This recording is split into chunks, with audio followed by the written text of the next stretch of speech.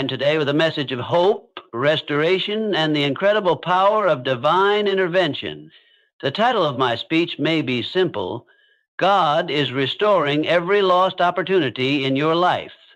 But behind this phrase is a deep truth that can shape the course of our lives if we embrace it, believe it, and walk in its power. In life, we all face moments of loss. Some are small and fleeting, like missing a job opportunity or letting go of a fleeting dream. Others can be deeply painful and transformative, like the loss of a loved one, a relationship, or a part of ourselves we thought we would never lose.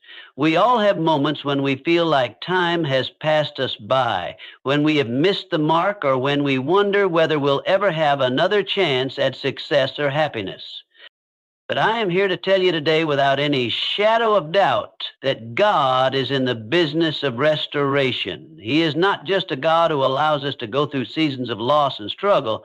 He is a God who brings beauty from ashes, who makes a way where there seems to be no way.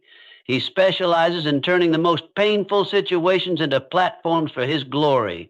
And one of the ways He does that is through restoring lost opportunities.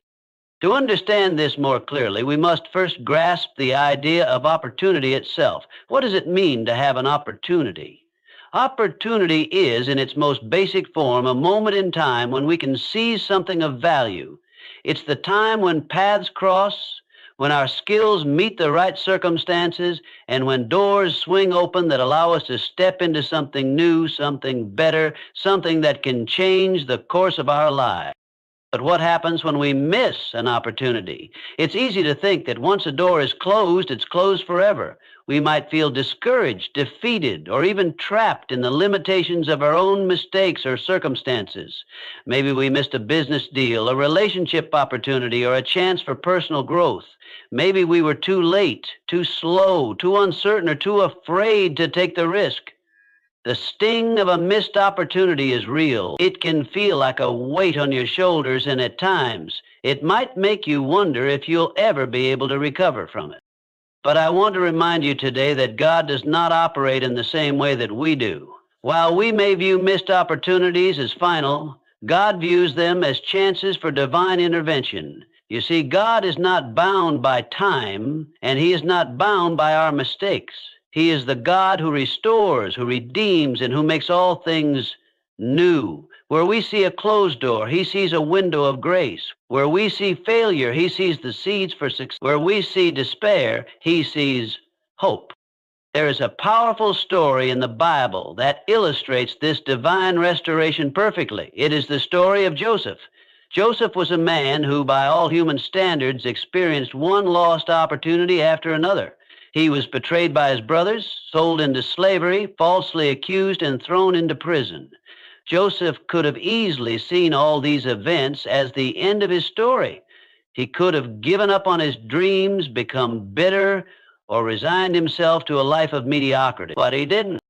Instead, Joseph trusted in God's sovereignty and His plan for his life. He understood that even when things didn't make sense, God was still in control. And in the end, what happened?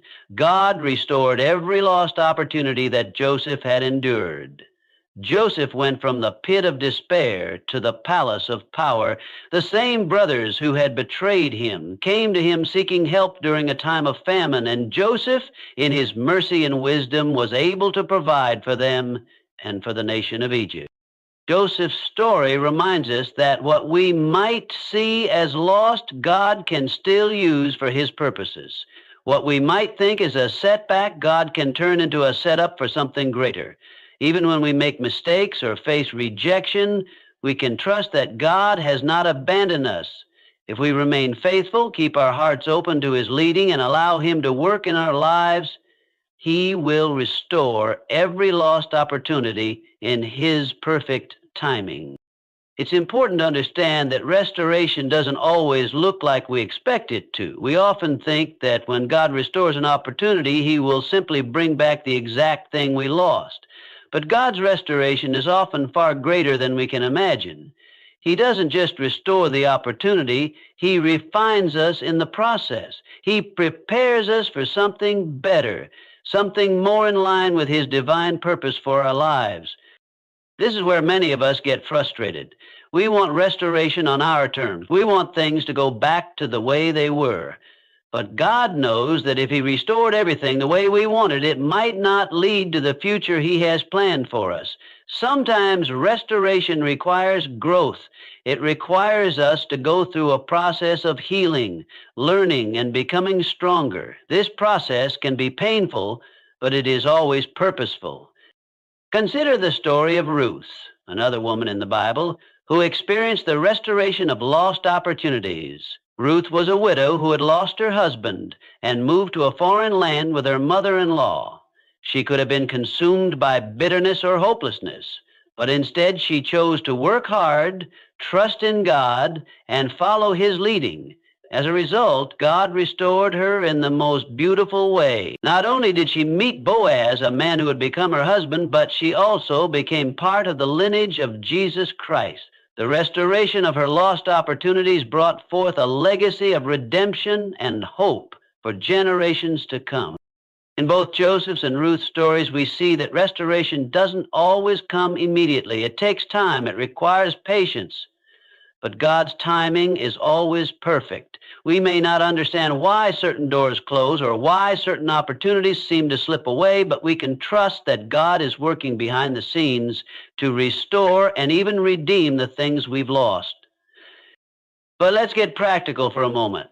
How do we begin to see this restoration in our own lives? The first step is to stop viewing ourselves as victims of lost opportunities. If you find yourself lamenting over what could have been or what you should have done differently, you're missing the truth of God's redemptive power. Your life is not defined by missed opportunities. It's defined by the grace of God that is available to you right now. The second step is to align your heart with God's will. This means letting go of your own agenda and trusting that He knows what's best for you. The Apostle Paul writes in Romans 8:28 that in all things God works for the good of those who love Him, who have been called according to His purpose. This doesn't mean that everything will be easy or painless, but it does mean that no matter what we face, God is working behind the scenes to bring about something good. When we trust Him, we can be confident that He will restore every lost opportunity in a way that is far greater than we could have imagined.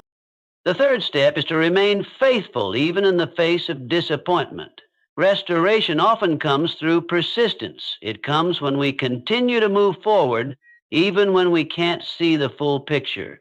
Joseph didn't know how his story would end. Ruth didn't know what God had in store for her, but they kept going. They kept trusting. And in the end, God restored everything that was lost and more. Lastly, we must remember that restoration is not just about regaining lost opportunities. It's about becoming who God has called us to be. The process of restoration is not just about what we gain, but also about who we become. As God restores us, He shapes us, refines us, and draws us closer to Himself. In this process, we not only experience the joy of seeing lost opportunities restored, but also the peace of knowing that we are becoming the people God has created us to be. In conclusion, I want to remind you of this. No matter what you've lost, no matter how many opportunities you think you've missed, God is still in control. He is still working in your life. He is still restoring, redeeming, and making all things new. Trust in His timing, trust in His process, and most importantly, trust in His heart for you. He is restoring every lost opportunity, and He will do so in a way that far exceeds anything you could ever dream or imagine. So, don't give up. Keep moving forward. Your restoration is coming, and it's going to be greater than you ever thought possible. God is on your side, and He is restoring every lost opportunity in your life. God is not simply a passive observer of our lives, watching as we face trials, struggles, and heartache. He is not indifferent to our pain or unaffected by our setbacks. In fact, God's very nature is to restore, to redeem, and to bring about something good from the ashes of our loss. This is the heart of the gospel, a God who enters into our pain, who doesn't leave us alone in our brokenness, and who promises to make all things work together for good. Throughout the Bible, we see this theme of restoration woven through the stories of God's people. We see it in the life of Job, a man who lost everything, his wealth, his health, and his family, but who, in the end, received double the blessings he had before. We see it in the story of the Israelites who were enslaved in Egypt for hundreds of years, yet God miraculously brought them out, restoring their dignity, freedom, and their identity as his people. We see it in the life of David, a man after God's own heart, who experienced personal failure, sin, and betrayal, but was ultimately restored by God's grace to be the King of Israel. In these stories and in our own lives, we can see a pattern. God's restoration is not just about bringing back what was lost. It's not just about undoing the bad or replacing what was taken. His restoration is a deep, transformative work that goes beyond simple replacement. He doesn't just take us back to where we were. He moves us forward to a better place. Where we see loss, God sees an opportunity to demonstrate his power and love in ways that we might never have expected. For instance, we might experience a season of failure in our careers, a broken relationship, or a missed opportunity. When these things happen, it's easy to think that the door has been permanently closed, that there is no going back, and that all hope is lost. But that's where God's restoration power comes in. When one door closes, God doesn't just leave us standing in the hallway. He opens another door, one that may lead us to a place even more fulfilling, even more in line with his divine plan for our lives. God specializes in turning setbacks into setups. A setback is a moment where everything seems to be going wrong, when things feel out of control, and when we're left wondering if we've missed our chance. But God specializes in turning those moments around, using them to prepare us for something greater than we ever thought possible. Just like a seed planted in the ground, buried and hidden for a time, our moments of loss and struggle are often the very things that God uses to produce growth, new life, and restoration. In the natural world, many of the most beautiful things come from brokenness. Think about how a pearl is formed. It starts with an irritation or injury to the oyster, which responds by coating the irritation with layers of material to protect itself. Over time, this process results in the creation of a pearl, a thing of great value. The same principle applies to our lives. The things that hurt us, the things that cause us pain and frustration, are the very places where God works to bring about something precious. Our brokenness, when surrendered to him, becomes the fertile soil for restoration and renewal. We see this truth exemplified in the life of Jesus. Jesus, the Son of God, came into the world to restore what was lost in the fall of mankind. He lived a perfect life, but he didn't avoid suffering or loss. He faced rejection, betrayal, and even death on a cross.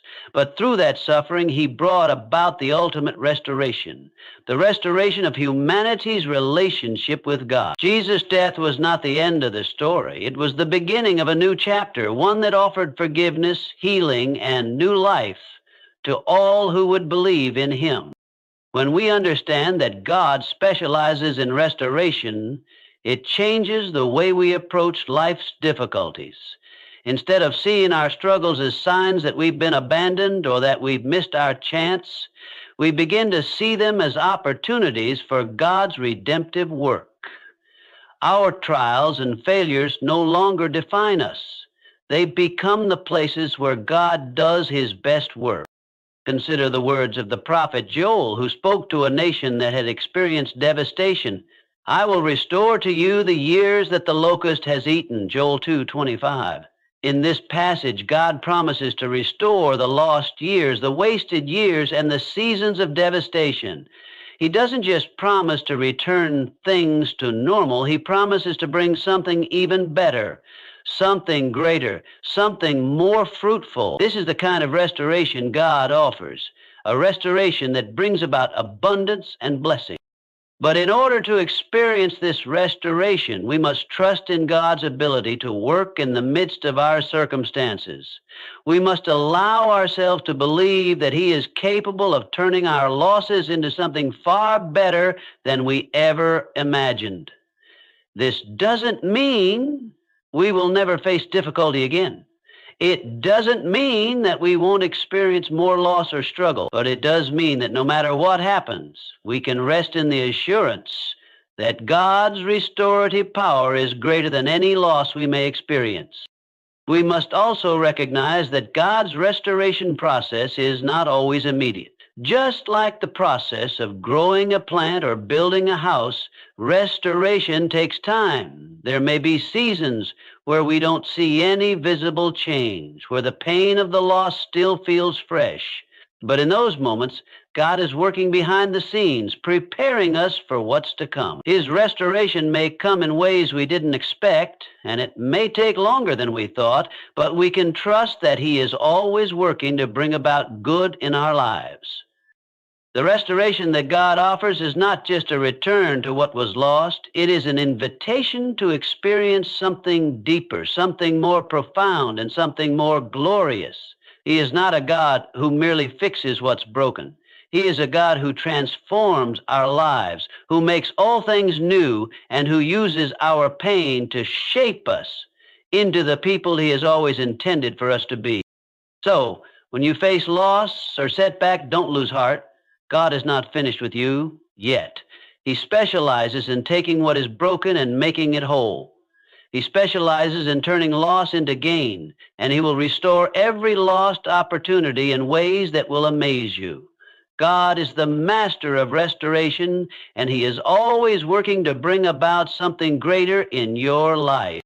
Opportunities are often seen as mere chances or random events that happen to us, but in reality, they are much more than that. They are divine moments, carefully orchestrated by God, where everything we are, our skills, talents, experiences, and even our failures, intersects with the perfect timing of the universe. These moments are not the result of blind luck or coincidence, but are acts of God's providence, where His plan for our lives aligns with the paths we walk. Each of us is given unique gifts, abilities, and experiences that shape us into who we are. These qualities are not random. They are part of God's greater plan for our lives. When we step into opportunities that align with who we are, we begin to see the fullness of His purpose unfold. God doesn't just drop opportunities into our lives haphazardly. He arranges them so that we can fulfill the calling He has placed on our hearts. However, life is not always as simple as walking into the opportunities God has for us. Sometimes we miss them. We might fail to recognize them, hesitate because of fear, or let doubt keep us from taking action. At other times, we might feel unprepared or not good enough for the opportunity when it arises, leading us to miss the chance altogether. The regret of missed opportunities can be overwhelming, and we might even start to believe that the window for success is closed for us. We might question whether we'll ever get another shot at the things we've hoped for. Yet God's plan is bigger than our mistakes. Even when we miss an opportunity or feel like we've squandered our chances, God is not bound by our errors. His timing is perfect, and His grace covers our shortcomings. What may appear to us as a lost opportunity is, in fact, an invitation to trust that God will bring about something better in His time. He doesn't just restore what we've lost. He often replaces it with something far better, something more aligned with His perfect plan for us.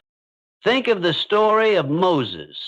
Moses was born into a time when the Israelites were enslaved in Egypt. And as a child, he was placed in a basket and set afloat on the Nile River to escape Pharaoh's decree that all male Hebrew infants be killed.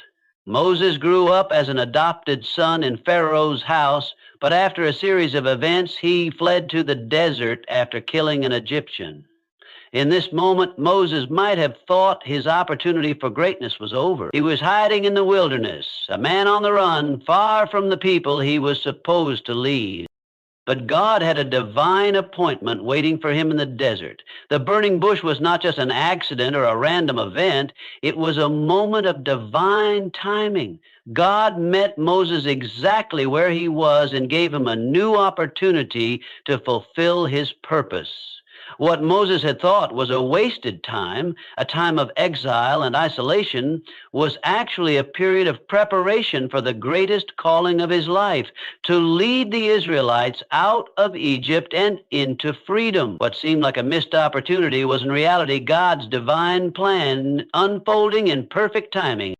Similarly, we see the story of David. As a young shepherd boy, David was overlooked by his own family when the prophet Samuel came to anoint a new king for Israel.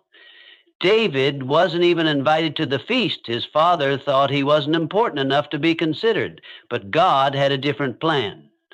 David was chosen not because of his outward appearance, but because of his heart. The moment when David was anointed king was not a random moment. It was a divinely orchestrated opportunity that God had set aside for him.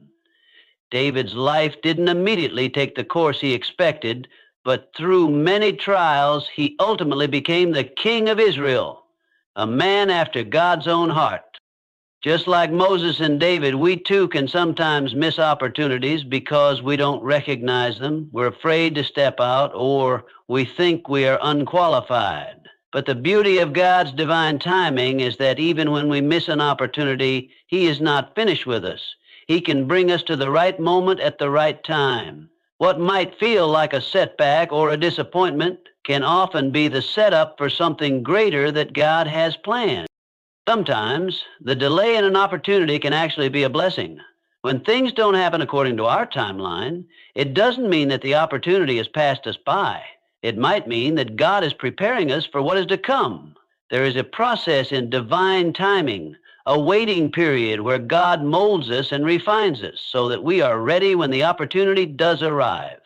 Waiting is not always easy, but it is during the waiting that we learn to trust God more deeply. We learn patience, resilience, and faith that His timing is better than our own.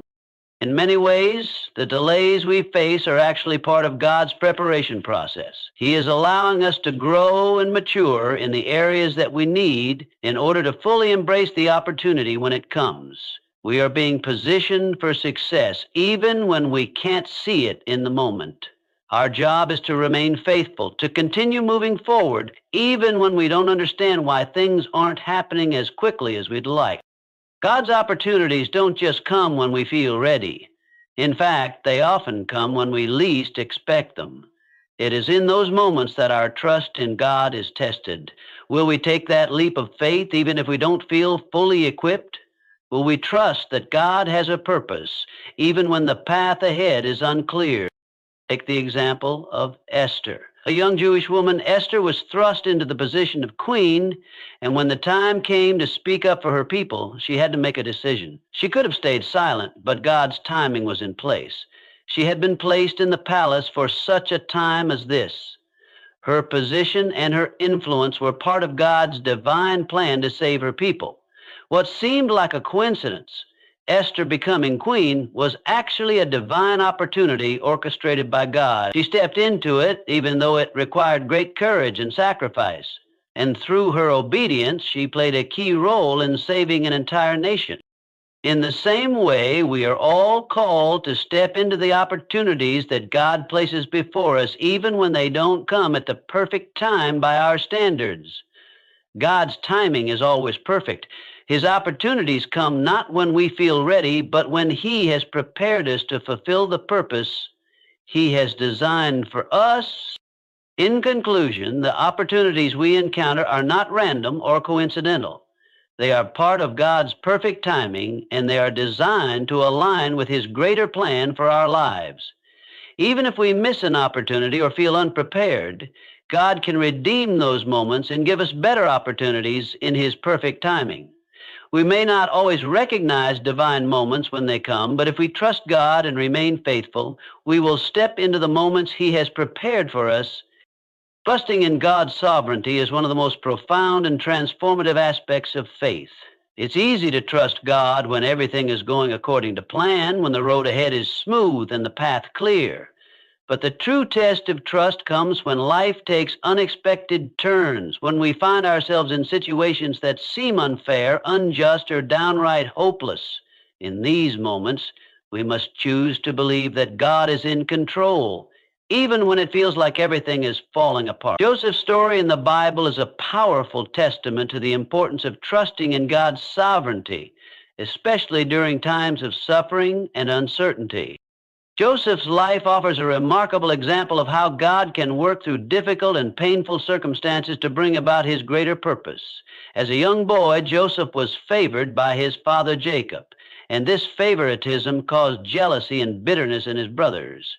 One day, when Joseph went to check on his brothers who were tending the sheep, they seized the opportunity to betray him. They threw him into a pit, intending to leave him to die, but instead they sold him into slavery. Joseph was taken to Egypt, far from his family and everything he knew.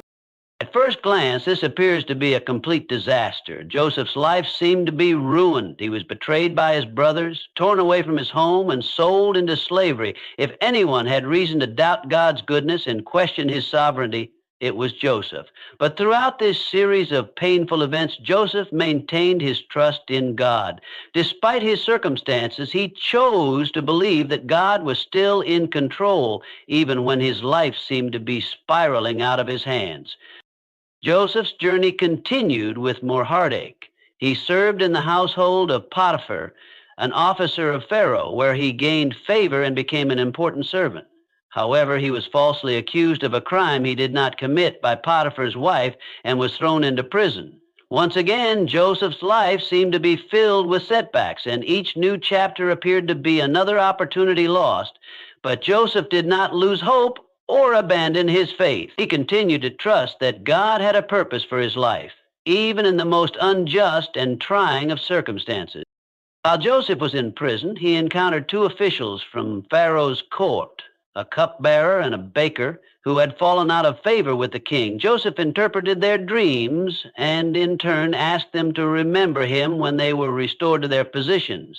Yet when the cupbearer was released and restored to Pharaoh's service, he forgot about Joseph for another 2 years. Once again, Joseph's opportunity for freedom and vindication seemed to slip away. However, during this time of waiting, Joseph did not lose his trust in God's sovereignty, and eventually his patience and faith were rewarded. Pharaoh had a troubling dream, and none of his advisors could interpret it. It was then that the cupbearer remembered Joseph and told Pharaoh about the young man in prison who had correctly interpreted his own dream. Joseph was summoned from prison to stand before Pharaoh, and by the power of God, he interpreted Pharaoh's dream, warning of a coming famine. Joseph's wisdom and insight earned him a position of great authority in Egypt, second only to Pharaoh himself. In one moment, Joseph went from a prisoner to a ruler, from a man of despair to a man of power. What seemed like a series of lost opportunities and painful detours was actually God's perfect timing unfolding. Joseph could never have imagined that his years of suffering and hardship were preparing him for this moment, where he would not only save Egypt from famine, but also reunite with his family and see God's promise fulfilled.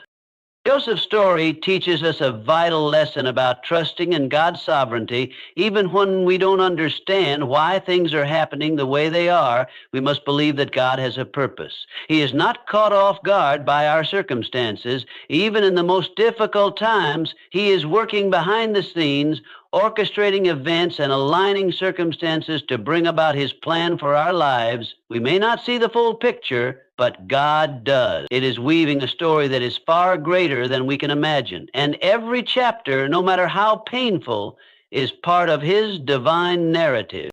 Joseph's life also shows us that God's sovereignty doesn't mean that life will be free from pain or hardship.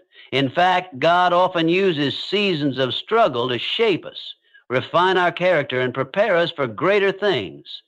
Joseph's time in the pit, his years in slavery, and his time in prison were not wasted. They were times of preparation, Through these experiences, Joseph grew in wisdom, humility, and faith. He learned to trust God more deeply, to rely on God's timing, and to remain faithful even when circumstances were bleak. When the opportunity came, he was ready, equipped, and prepared for the great responsibility that lay ahead. In our own lives, we too will face seasons of struggle, loss, and uncertainty. We may experience betrayals, delays, or injustices that leave us wondering where God is in the midst of our pain. But just as Joseph trusted in God's sovereignty, we are called to do the same. Trusting God's sovereignty means believing that even when we don't understand our circumstances, God is still in control. It means recognizing that our pain is not pointless, that God can use our struggles to refine us and prepare us for what He has planned. It also means acknowledging that God's timing is perfect. Just because things aren't happening according to our timeline doesn't mean that God is not working. He is always at work behind the scenes, preparing us, guiding us, and positioning us for what lies ahead. And when the time is right, He will open the door to the opportunity we've been waiting for.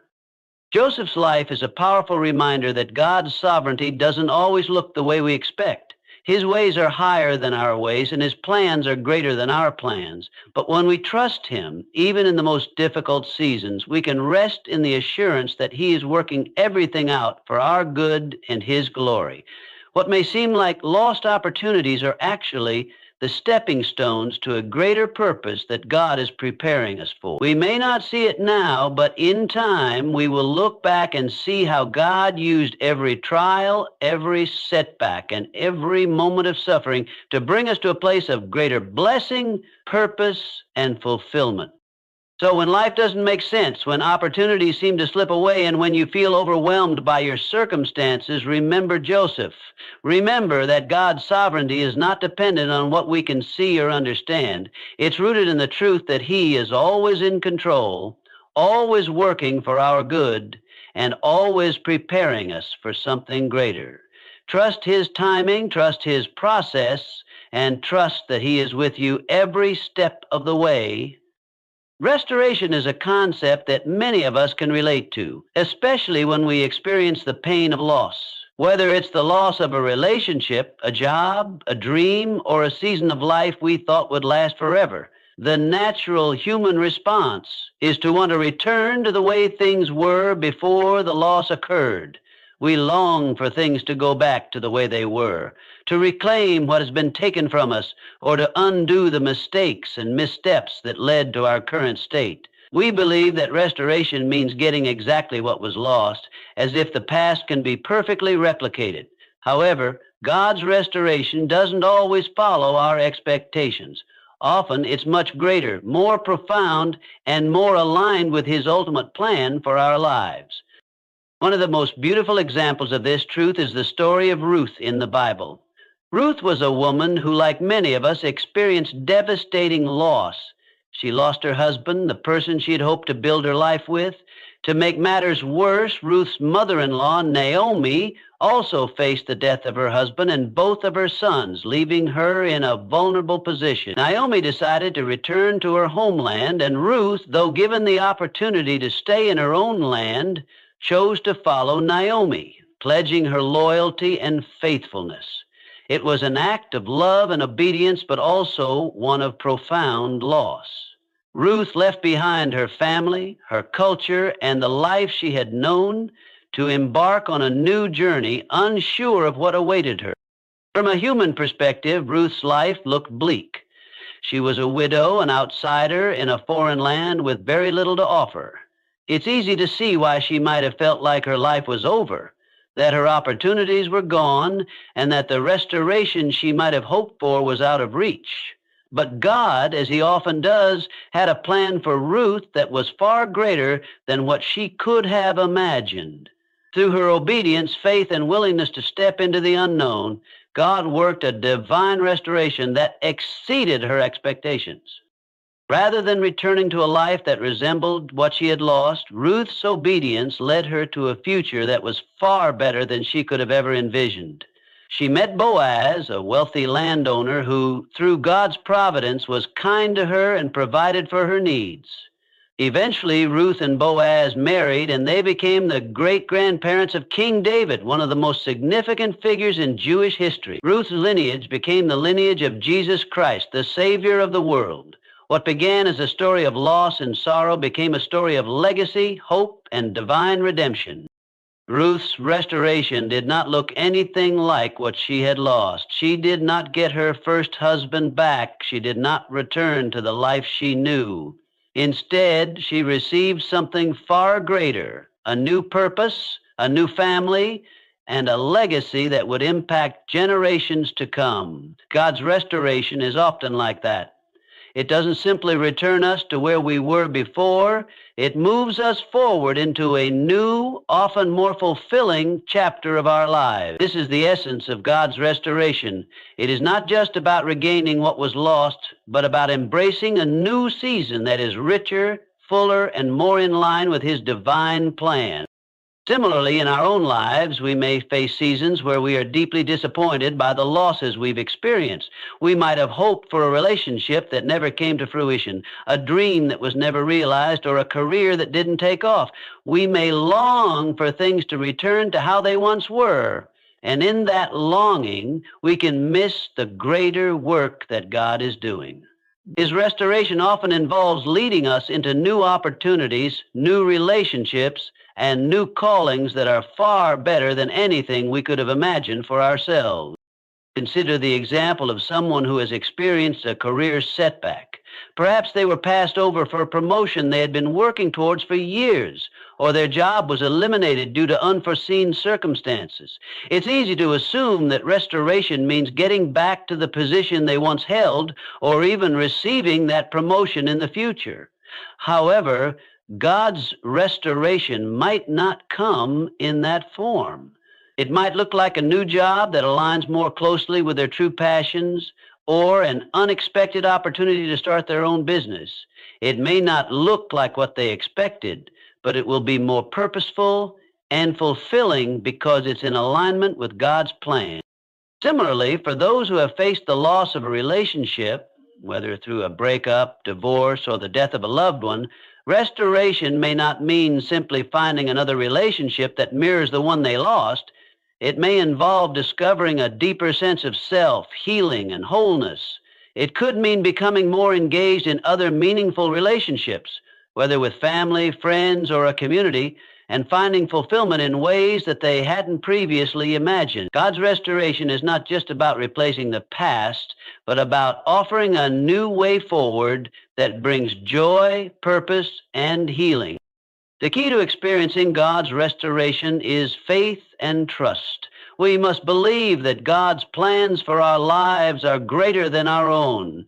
His vision for our future exceeds our ability to imagine it. When we place our trust in Him and surrender our desires to His will, we open ourselves to the kind of restoration that far exceeds what we think we need. God's restoration might not look like a return to what we had, but it will always be something better, something more aligned with the greater purpose He has designed for us. In the story of Ruth, we see that God was not simply restoring her to a life that was familiar to her. He was leading her to a place where her obedience, faith, and willingness to follow Him would create a legacy that would echo through generations. In the same way, God is not simply looking to restore what we have lost. He is leading us toward a future that is greater than we can comprehend. Our losses, heartaches, and disappointments are not in vain. They are part of the process that God uses to refine us and prepare us for something better. When we embrace God's restoration, we can let go of our own expectations of what that restoration should look like. We can trust that even if it doesn't come in the form we anticipate, it will always be more purposeful and fulfilling than we could ever imagine. Whether it's a new career, a new relationship, or a new sense of purpose, God's restoration always leads us toward a life that reflects His goodness, His grace, and His faithfulness. Restoration in God's hands is never about going backward. It's about moving forward into a greater and more fulfilling future. Just as Ruth's story turned from loss to legacy, so too can our lives be transformed through God's divine restoration. His plans for us are always good, and His restoration is always greater than anything we could have expected. One of the most common traps that many of us fall into, especially after experiencing disappointment, loss, or missed opportunities, is the victim mentality. It's easy to adopt a mindset where we see ourselves as victims of circumstances, where we define our lives by the opportunities we've missed or the mistakes we've made. This kind of thinking can become all-consuming, keeping us stuck in a place of bitterness, resentment, and hopelessness. We become so focused on the past, on what could have been, that we lose sight of the future and the potential for redemption and restoration that lies ahead. The reality, however, is that we are not defined by our past mistakes, mischances, or failures. Our lives are not a reflection of our shortcomings, but rather a testimony to God's grace and His ability to bring good from even the most painful situations. Yes, we may have missed opportunities, experienced setbacks, or made decisions we now regret. But these things do not have to dictate the course of our lives. The power of God's grace is that it redeems our failures and turns them into stepping stones toward a greater purpose. When we embrace the victim mentality, we essentially give power to the things that have hurt us. We start to view ourselves as helpless victims of our circumstances, convinced that there is nothing we can do to change our situation. This mindset can paralyze us, preventing us from taking the necessary steps to move forward. It's a mindset that thrives on defeat, looking back rather than forward, and it keeps us tethered to a past that cannot be undone. However, God's grace invites us to let go of that mentality and embrace a new perspective. Instead of allowing our past failures or missed opportunities to define us, we can allow God to redefine us. He is the God who makes all things new. His redemptive power takes what was meant for harm and uses it for good. The moment we choose to let go of the victim mentality, we open ourselves up to the possibility of restoration, growth, and new opportunities. In 2 Corinthians 5:17, the Bible says, "Therefore, if anyone is in Christ, the new creation has come. The old has gone, the new is here." This verse is a powerful reminder that we do not have to live under the weight of our past. We are not stuck in the mistakes we've made, nor do we have to be defined by the opportunities we missed. Through Christ, we are made new, and the old things, our failures, our regrets, our perceived losses, are gone. God's grace transforms us and makes us capable of stepping into a future filled with hope and new possibilities. Letting go of the victim mentality doesn't mean ignoring the pain or pretending that our struggles haven't mattered. Grieving over lost opportunities or past mistakes is natural and healthy. It's important to acknowledge our pain and give ourselves permission to feel the weight of the losses we've experienced. However, it's equally important not to let those feelings become the lens through which we view our entire life. If we continue to see ourselves as victims, we're choosing to live in a narrative of defeat, and we are robbing ourselves of the opportunities for healing and restoration that God wants to bring into our lives. God's grace is not just about forgiveness.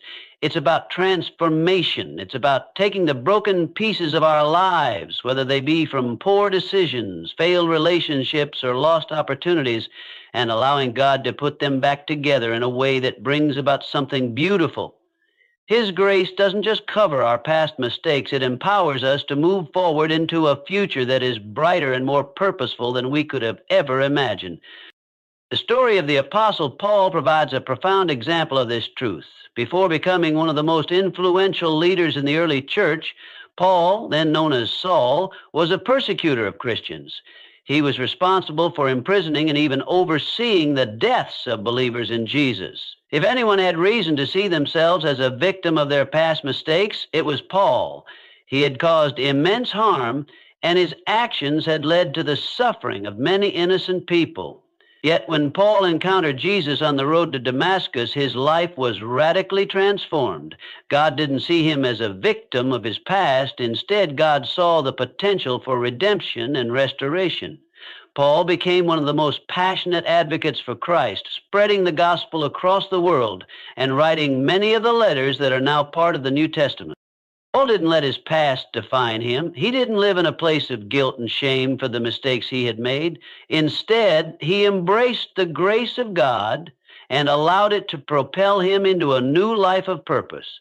He writes in Philippians 3:13-14, brothers and sisters, I do not consider myself yet to have taken hold of it.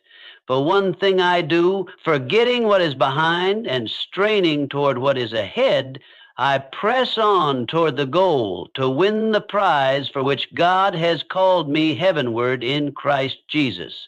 This attitude of letting go of the past and pressing forward is a powerful example for all of us. When we stop seeing ourselves as victims and start embracing the fullness of God's grace, we, too, can move forward into the future He has planned for us. Another important aspect of overcoming the victim mentality is recognizing that our worth is not based on our performance or on the opportunities we have lost. It's based on the unchanging love of God. He loves us not for what we have or haven't done, but simply because we are His. Our value is not dependent on our successes or failures. It is rooted in who God says we are. And this means that even when we fall short, even when we miss opportunities, and even when life doesn't go as planned, we are still loved and valued by the Creator of the universe.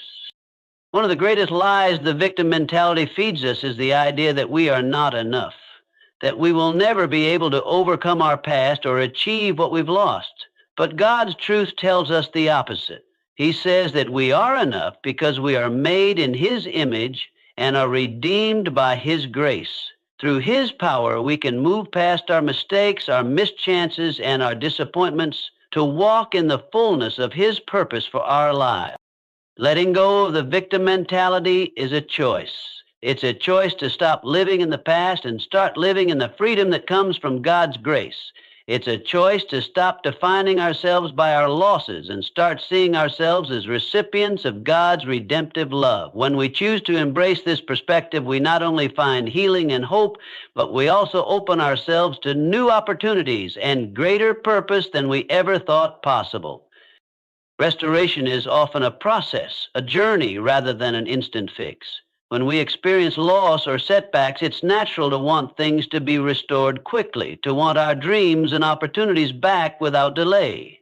Yet, as we look at the pattern of God's work throughout Scripture and in our own lives, we see that restoration rarely happens overnight. It takes time. It requires patience, perseverance, and above all, faith in God's perfect timing. In our fast-paced world, where instant gratification is often the norm, the process of restoration can feel frustrating.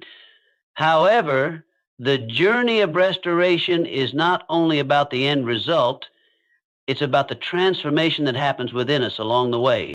In moments of disappointment and frustration, it's easy to lose sight of God's promises.